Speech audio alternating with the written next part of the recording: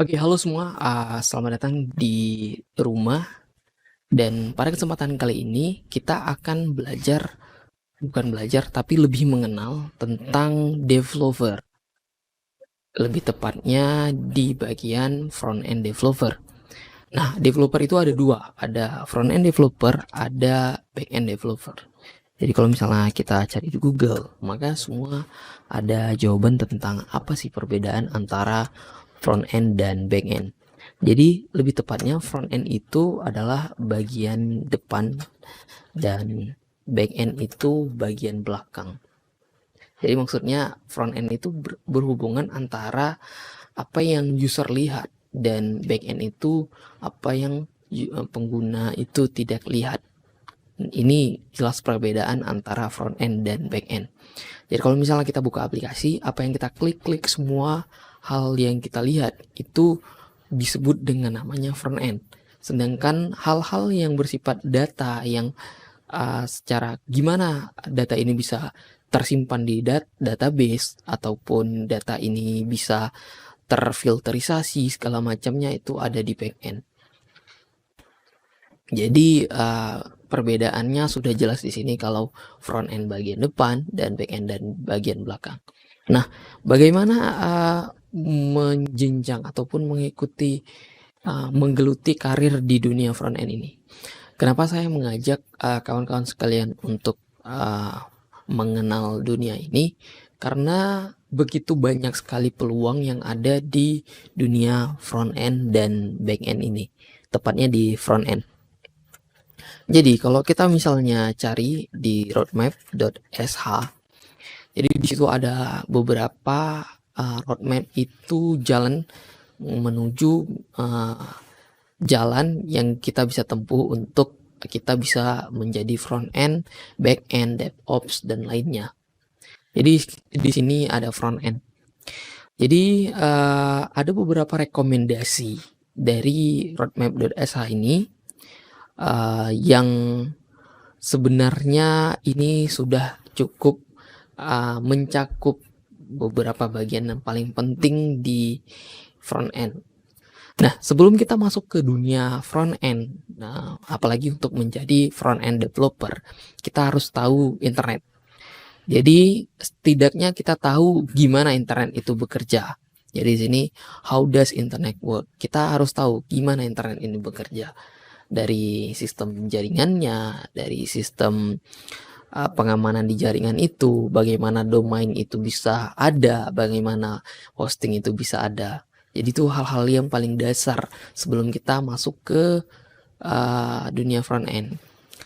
Jadi sebenarnya itu bukan hal yang sangat penting ketika kita bisa menggunakan bisa HTML ataupun CSS. Oke, kita bisa membuat sebuah tampilan web. Tapi dengan hanya bisa membuat tampilan web tanpa mengetahui DNS, domain, HTTP, sepertinya web itu tidak ya hanya kita aja yang bisa mengakses. Nah, ketika kita tahu HTTP, hosting, domain name, maka kita punya pengetahuan untuk bisa membuat HTML dan CSS itu bisa diakses oleh banyak orang. Maka pengetahuan tentang internet dasar dari domain name system, domain name, hosting, bagaimana cara kerja internet, HTTP, protokolnya, browsernya, bagaimana browser itu bekerja itu sangat penting di dunia front end. Nah, selanjutnya itu adalah HTML, CSS, JavaScript. Jadi kalau misalnya kalian tadi berasal dari dunia SMK di TKJ, jaringan, mungkin internet ini anak TKJ itu sudah pegang di tangannya. Tapi untuk kalian yang di jurusan RPL ataupun multimedia, HTML, CSS, JavaScript ini kalian pasti setidaknya ada yang membahas tentang hal ini. Jadi ketika kita tahu tak HTML itu, tak CSS, tak JavaScript hingga kita bisa buat web. Jadi hal itu tidak sepenuhnya sampai di situ. Jadi ada banyak hal lain dari HTML, CSS, JavaScript itu yang sangat bisa dieksplor. Jadi kita harus tahu dulu dasar dari HTML itu. Mungkin dari penggunaan tag heading, di body, footer, bagaimana memasukkan CSS di dalamnya, inline ataupun kita panggil dari luar, ataukah JavaScript-nya, bagaimana menggunakan JavaScript menggunakan TypeScript, ataupun hal yang mendebug di JavaScript, melihat error di JavaScript. Nah, ada yang membuat perbedaan antara CSS, HTML, CSS, JavaScript. Jika kita balik lagi ke Google, kita cari HTML, PS, CSS, VS JavaScript. Nah, di sini ada beberapa gambar ataupun yang bisa kita lihat. Contohnya seperti ini. Nah, HTML itu ibarat kita itu cuma punya tulang aja. Oh, ini berarti ini mata. Mata itu bentuknya bulat. Oh, ini kepala, bentuknya bulat dan ada beberapa lekuk-lekukan. Oh, ini bentuknya bentuk tulang di tangan. Jadi misalnya itulah namanya HTML. Jadi semuanya itu bersifat standar, yang dimana gunanya tak-taknya itu untuk mempermudah agar sistem ataupun komputer ini tahu apa yang kita buat. Jadi CSS itu lebih ke penampilannya. Setelah tulang itu ada, baru CSS itu membuat itu terlihat lebih hidup. Jadi dengan CSS itu tampilan itu lebih hidup. Jadi seperti yang kita lihat di Google ini. Jadi ketika ini website ini tanpa HTML, maka tanpa CSS maksud saya, maka akan terlihat seperti tulang. Sedangkan ada CSS, maka terlihat seperti yang ada saat ini, dari warnanya segala macam. Sedangkan JavaScript itu adalah beberapa aksi yang bisa dilakukan ataupun animasi, dia dapat ketika kita akses, kita klik, maka ada animasi. Dan W3SC, oh ini adalah standarisasinya. Nah, selanjutnya itu di sini ada writing semantic HTML. Jadi kita tidak hanya menulis HTML begitu saja. Misalnya kita menulis style CSS di heading. Pada standarnya di heading, tapi kita tulis style CSS itu buka kurung CSS-nya itu di body. Maka itu tidak sesuai dengan semantiknya. Makanya semantik itu adalah aturan khusus untuk penggunaan HTML itu sendiri. Dan kita juga harus tahu tentang form validasi, bagaimana cara menggunakan yang terbaik di HTML ini, best practice-nya. Dan tidak hanya itu juga, di HTML ini juga ada namanya SEO. Jadi HTML sama SEO itu, jadi jika ada tak heading, jadi kalau misalnya kita klik all ini, misalnya kita klik satu website, nah di sini ada judul di sini. Nah, dia menggunakan di sini seharusnya dia menggunakan heading 1 karena ini judul. Nah, dia di sini menggunakan heading 1. Maka ini sudah sesuai dengan semantiknya. Dan untuk SEO, jadi kalau misalnya penggunaan paragraf yang di bawah, dia harus menggunakan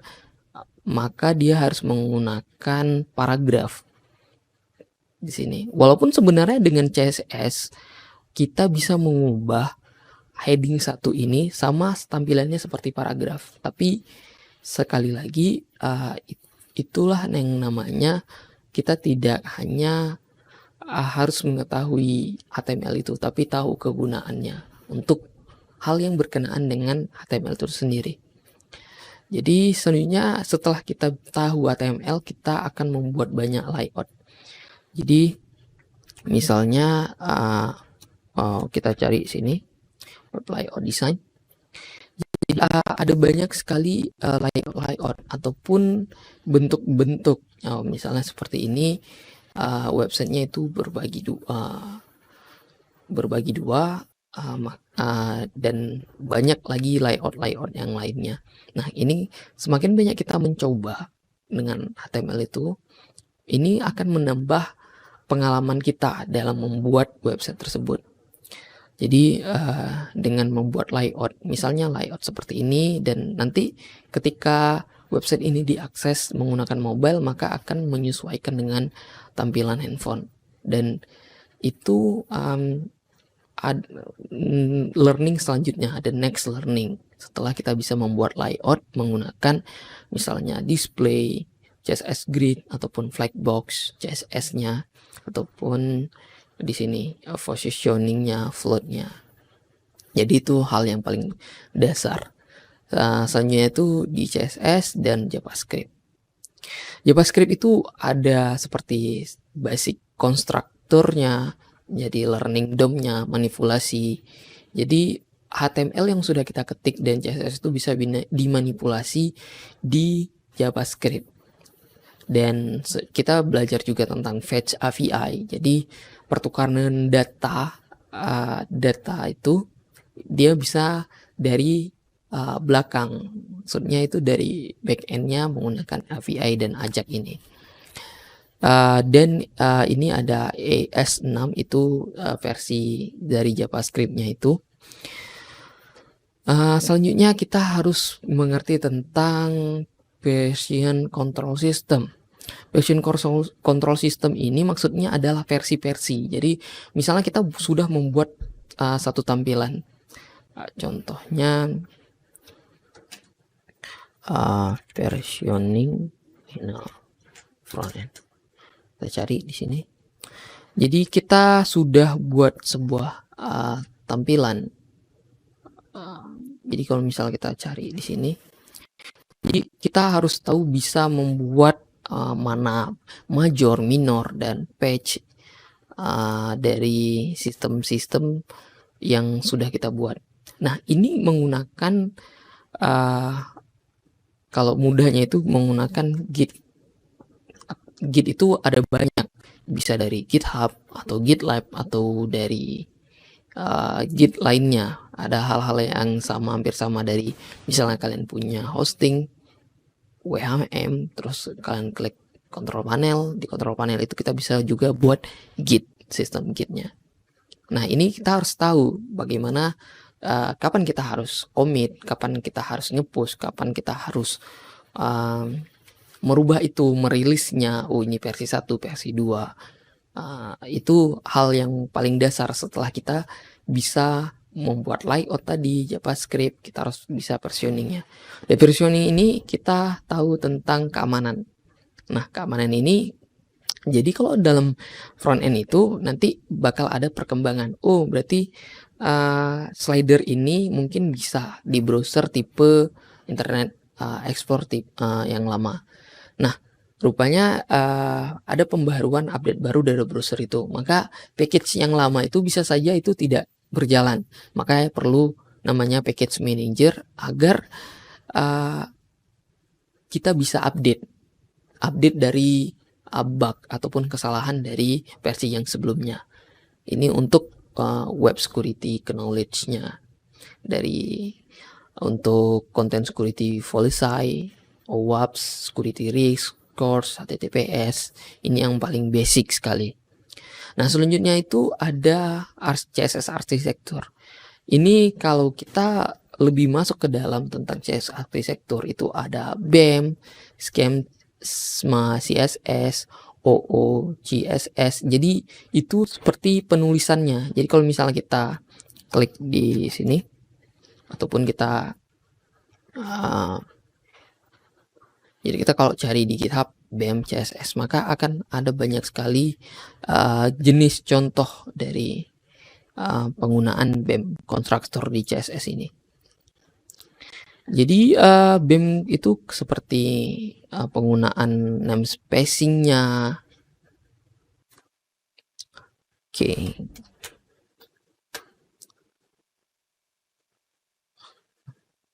Jadi ada banyak metodologi dalam CSS ini.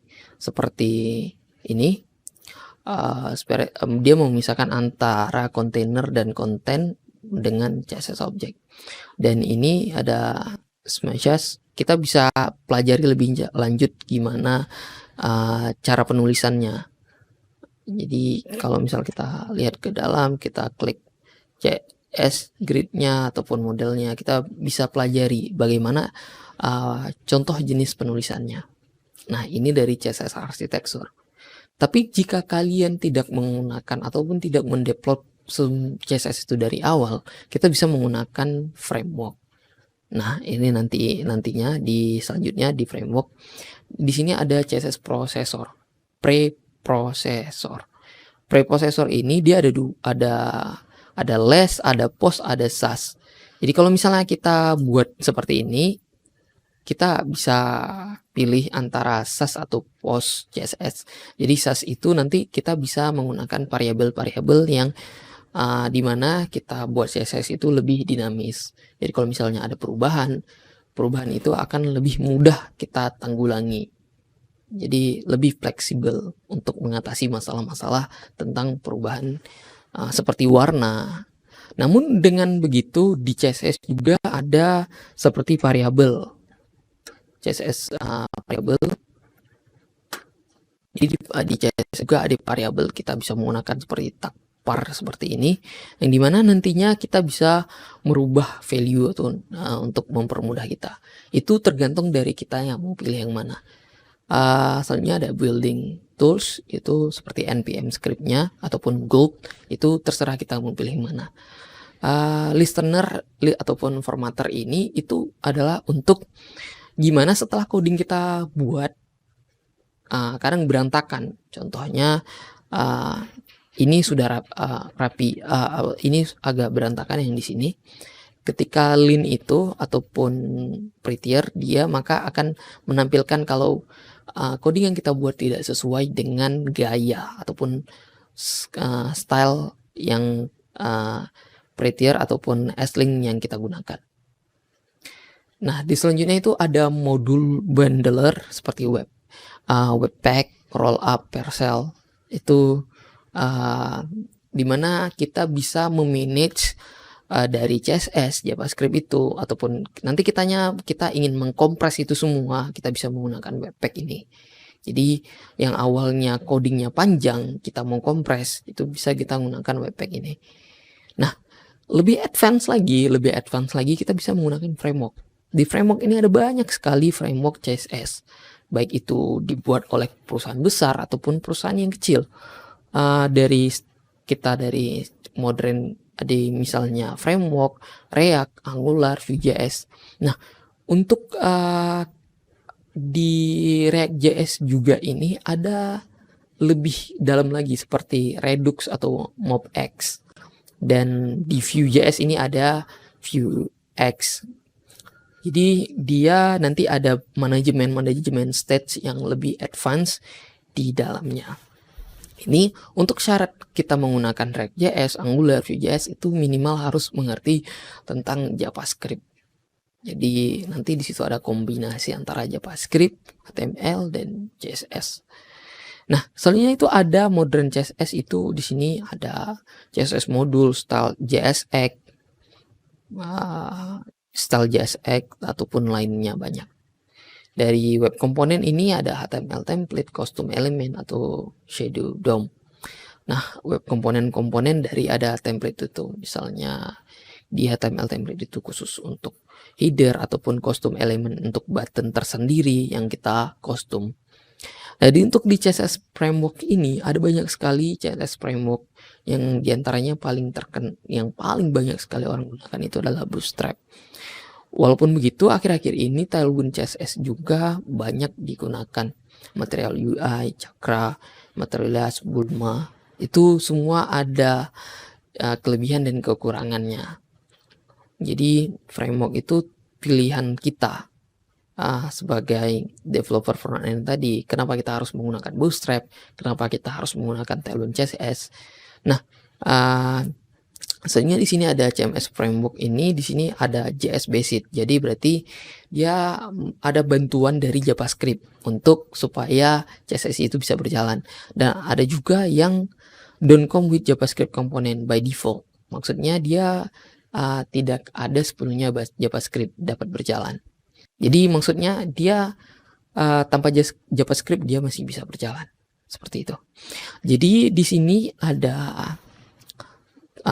selanjutnya ada type checker, ada TypeScript. Jadi TypeScript ini the next level dari JavaScript, yang dimana ketika kita ada penulisan salah di variabel ataupun hal-hal yang berkenaan dengan JavaScript yang kita tulis, maka TypeScript ini akan memberikan error.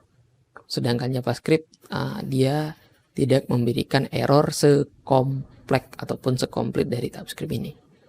Selanjutnya ada Progressive Web Apps. Nah, ini lebih advance lagi, dimana Progressive Web Apps ini dia bisa dijalankan di mobile, yang dimana nanti ada, misalnya kita memilih tema gelap di layarnya, maka tema gelap ini akan disimpan di storage ataupun di storage-nya. Nanti kita bisa mengambil lokasi di mana aplikasi ini menggunakan browser ini, lokasi payment, device orientation. Ini lebih ke PWA, yang dimana kita dapat menggunakan web API untuk mendapatkan data-data dari penggunaan front end ataupun hasil yang development kita, template tadi yang udah digunakan ataupun di publish gitu. Nah, selanjutnya itu ada server rendering, server side rendering. Jika kalian menggunakan React.js, Angular atau Vue.js, itu nanti ada pilihan SSR, yang dimana SSR ini cukup menarik dan lebih kompleks, dimana nanti kita bisa buat login dan segala macam yang seperti ada sentuhan back end, tapi semuanya itu berasal dari front end. Jadi nanti kalian bisa menggunakan Next.js ataupun Nuxt.js. Nanti dari Nuxt.js atau Next.js ini bisa dihubungkan ke GraphQL. GraphQL ini adalah the next level dari request API. Jadi kita bisa seperti membuat query-query, misalnya kalian udah pernah belajar MySQL, itu di GraphQL ini lebih mudah daripada request API yang seperti biasa gitu. Jadi filtering ataupun segala macam yang data-data yang ingin kita ambil itu lebih advance dalam pengambilan data itu. Dari di atas tadi itu kita bisa next level itu bisa ke statistik site generator. Di sini ada banyak sekali, ada dari Next.js, ada Gatsby.js, Nuxt.js, VuePress, Jekyll, Hugo. Nah, nanti mungkin di kesempatan lainnya kita akan belajar tentang penggunaan Jekyll ataupun Hugo ini, karena menurut saya Jekyll ataupun Hugo itu sangat mudah digunakan atau sangat mudah dimengerti. Jika kalian sudah mengerti HTML, CMS, JavaScript, maka kalian juga bisa mengerti tentang Jekyll atau Hugo ini. Tapi jika kalian tidak mengerti sepenuhnya tentang JavaScript, maka untuk ke Next.js, Nuxt.js ataupun Gatsby, VuePress itu agak kesulitan sedikit. Bukan berarti kalian tidak bisa, tapi hanya agak kesulitan sedikit. Ketika kalian sudah banyak belajar, maka kesulitan itu tidak ada lagi. Maksudnya dari Next.js atau Nuxt.js itu di mobile application, di mobile application ini lebih dalam lagi, dimana dari front end itu kita bisa membuat front end khusus untuk mobile. Untuk React Native ini, dia ketika kita sudah punya ilmu tentang HTML, CSS, JavaScript dan framework yang kita pilih seperti React, maka kita bisa menggunakan React Native, yang dimana React yang untuk web itu kita bisa gunakan di untuk mobile menggunakan React Native ini. Jadi native itu maksudnya native ke perangkat mobile. Terus ada native script, itu lainnya lagi. Ada Flutter, ada Ionic. Nah, mungkin React native script, Ionic itu hampir-hampir mirip daripada Flutter yang agak sedikit berbeda. Walaupun sebenarnya penggunaannya dari coding-codingnya hampir sama seperti JavaScript. Jika kalian sudah mengerti React.js, hampir-hampir mirip. Soalnya itu kalau di desktop kita bisa pakai Electron. Nah, Electron ini dipublish oleh GitHub. jika saya tidak salah, yang dimana kita dari HTML, CSS, JavaScript itu kita bisa membuat aplikasi berbasis desktop. Tampilannya berbasis desktop menggunakan Atom ini. Walaupun begitu, seperti Choreo atau Proton Native itu hampir mirip, tapi Flutter juga itu bisa untuk desktop, untuk mobile ataupun untuk web. Nah, itu selanjutnya ada WebAssembly. WebAssembly ini lebih dalam lagi, sangat dalam, dimana ini bisa dikatakan WebAssembly itu the next level dari web ini, dan lebih cepat gitu, lebih standarisasinya lebih terkini, lebih baru WebAssembly. Jadi itu the next level, dan keep learning. Nah, kita terus belajar. Nah, di sini ada warna-warna, mungkin kita bisa ngeliat ini untuk personal recommendation atau alternative option. Oke, jadi ini semua yang harus kita pelajari untuk menjadi front-end developer. Jadi berapa lama untuk belajar ini semua untuk jadi front-end developer? Jadi ada beberapa program di Indonesia ini, seperti kursus-kursus itu yang membuka program kursus itu sampai diterima kerja itu nilainya hampir seperti kuliah. Seingat saya itu seperti IT5 itu.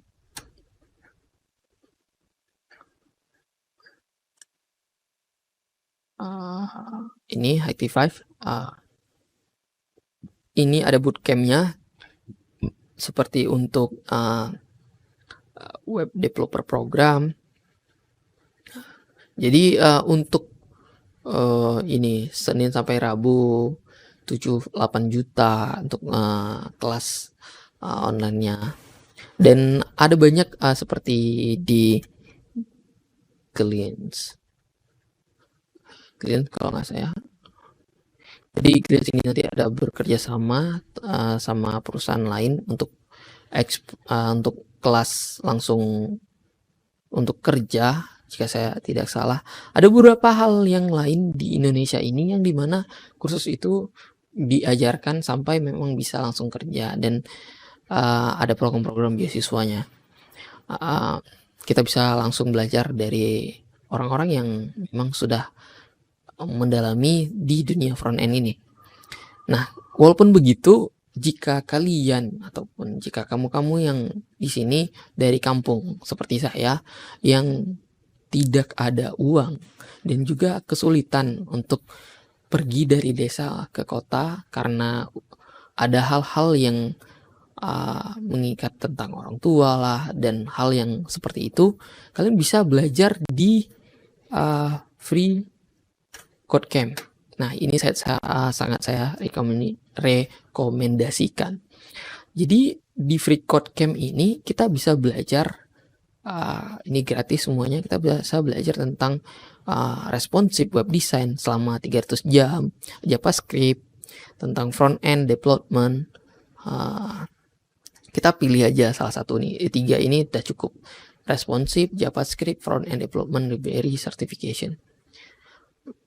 Dan juga seperti ini Web3 School, hampir rata-rata orang yang saya kenal itu mereka Web3 School ini memang menjadi referensi mereka dalam belajar HTML, CSS, JavaScript, dan server-side programming, PHP gitu.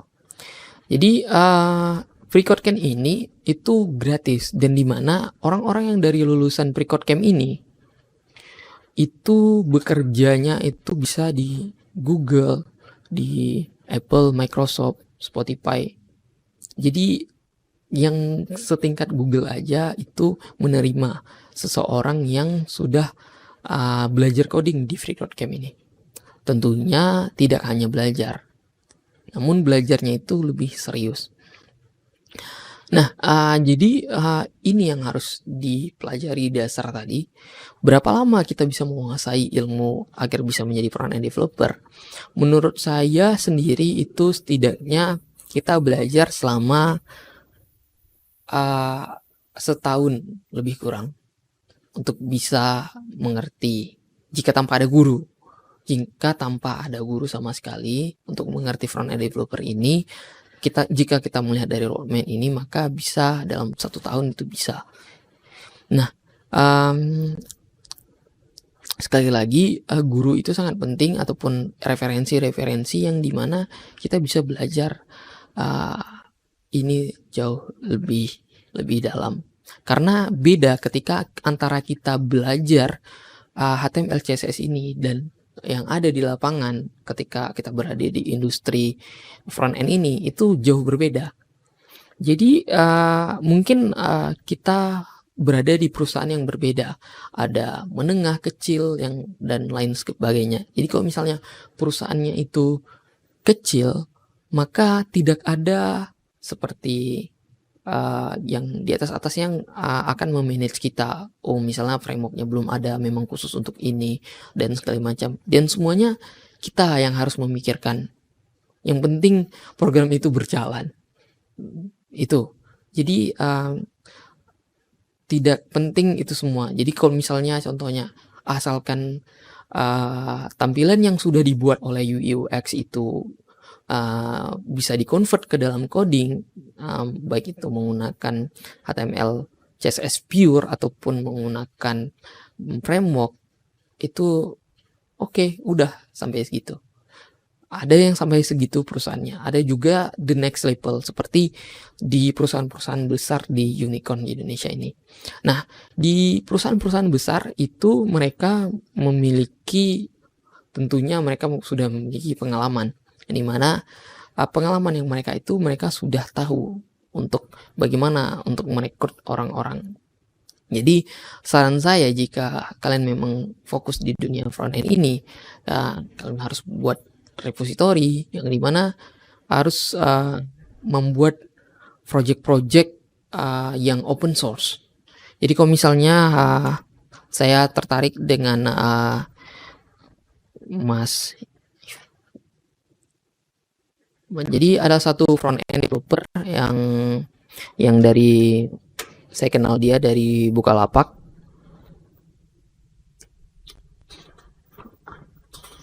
Jadi pakai Z.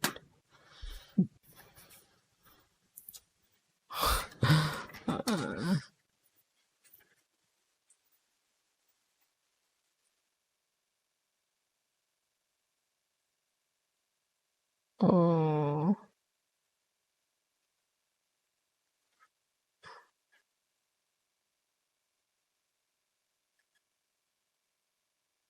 Oke, saya lupa.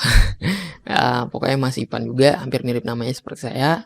Dia banyak membagikan pengalamannya tentang dunia front end.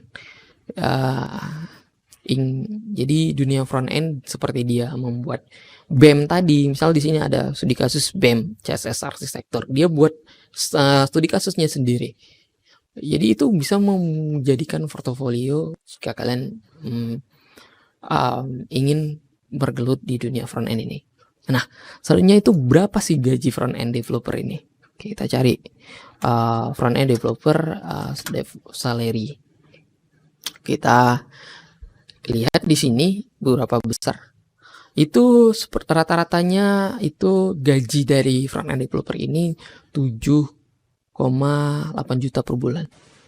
Jadi kalau misalnya kita dari kampung, gaji 7,8 juta per bulan itu lumayan cukup besar gitu. Jadi di Jakarta itu gaji untuk front end developer itu 10 juta rata-rata. Tangerang ini kita bisa lihat berapa di Batam, berapa di Denpasar, Semarang, di Bandung, berapa gajinya. Dan sebenarnya untuk front end developer ini kita tidak hanya bekerja membuat tampilan, kita juga bisa membuat produk. Nah, jadi kalau misalnya kalian buka di Temforest itu dimana kita bisa menjual produk-produk digital dari coding yang kita buat, template-template yang kita buat. Jadi misalnya di sini ada HTML. Jadi jika kita sudah bisa tadi membuat template, jadi kita bisa jual di sini. Nah, di sini kita bisa ngelihat permintaan pasar yang paling banyak itu apa. Contohnya di sini, compatible with Bootstrap, React.js, AngularJS, Facebook. Nah, paling banyak di sini Bootstrap. Berarti permintaan pasar yang terbesar yang dibuat oleh orang-orang di sini itu menggunakan Bootstrap. Karena sekali lagi kita melihat dari start di GitHub-nya. Jadi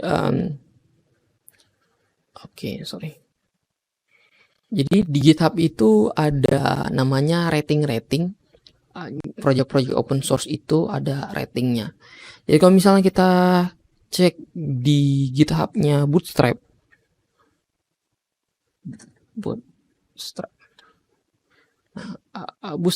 kita bisa ngelihat di sini berapakah orang yang membintanginnya.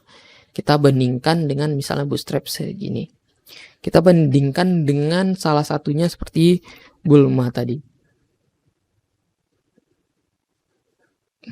Oke, Bulma sekitar 44, sedangkan Bootstrap itu sekitar 154.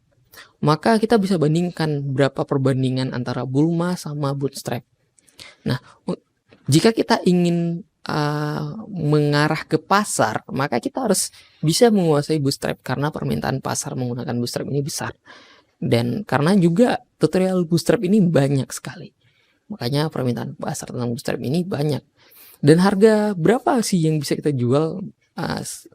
Template ini bervariasi, sangat bervariasi. Kita bisa ngelihat harganya di sini. Dari $5 hingga $34. Kita bisa kalkulasikan. Kita lihat di sini bestsellernya $9. Dia menjual dengan harga $9. Namun dengan penjualan itu sebesar 22.000 penjualan. Jadi kalau misalnya kita kalikan $9 kali 22.000, maka akan ada 100 berapa ini? Nah, sekitar 2 miliar, 2,8 miliar.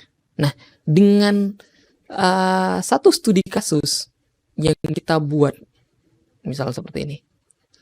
Apa yang paling dibutuhkan oleh pasar? Template apa yang paling dibutuhkan oleh pasar? Kita bisa ngecek di sini semua. Berarti pasar butuh yang template seperti ini.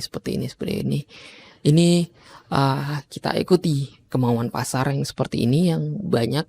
Misalnya contoh sekarang template yang paling banyak orang cari itu tentang NFT. Nah, NFT. Jadi sekarang ini banyak orang tentang NFT. NFT lagi banyak-banyaknya. Kita bisa buat template tentang NFT ini untuk dipublish. Dari kita belajar tadi, kita belajar langsung mengarah ke pasar. Nah, begitu juga dengan template yang seperti mobile. Template mobile sedang naik daunnya. Jadi kita harus tahu kondisi pasar saat ini.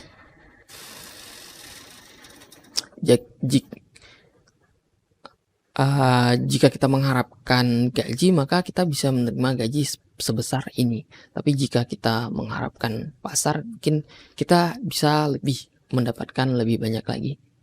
Jadi untuk front end ini sampai di sini untuk pengenalan dasarnya, sangat dasar sekali. Ada beberapa link-link yang sudah saya berikan di sini. Jika kalian ingin mengetahui lebih tentang dunia front end ini, kalian bisa cari di GitHub. Jadi kita tulis aja di sini awesome front end misalnya. Di sini akan ada koleksi-koleksi tentang awesome front end dari ekosistem, podcast, JSON, link-link yang bisa kita pelajari. Jadi sebenarnya di GitHub ini ada banyak sekali koleksi-koleksi yang dimana developer itu memang sudah membuat koleksi itu. Kita tinggal baca, tinggal pelajari, tinggal lakukan semampu kita. Kita harus lebih banyak mengeksplor hingga kita keep learning, terus belajar, terus update. Jadi sekian tentang kilas-kilas tentang dunia front end. Kita tidak membahas secara detail tentang front ini, tapi hanya sekilas saja. Jadi kalian harus tahu kalau besar peluang di dunia front end ini. Apalagi kalau kita cari job front end developer. Jadi kalau misalnya kita cari lihat di sini ada 701 pekerjaan front end developer di Indonesia, 26 yang baru. Maka penawaran kerja itu banyak karena semua sekarang sudah go digital, semua orang udah digital. Maka pekerjaan di dunia ini itu sangat banyak. Jadi sekian dari saya tentang ini, semoga bermanfaat. Sampai jumpa di video berikutnya.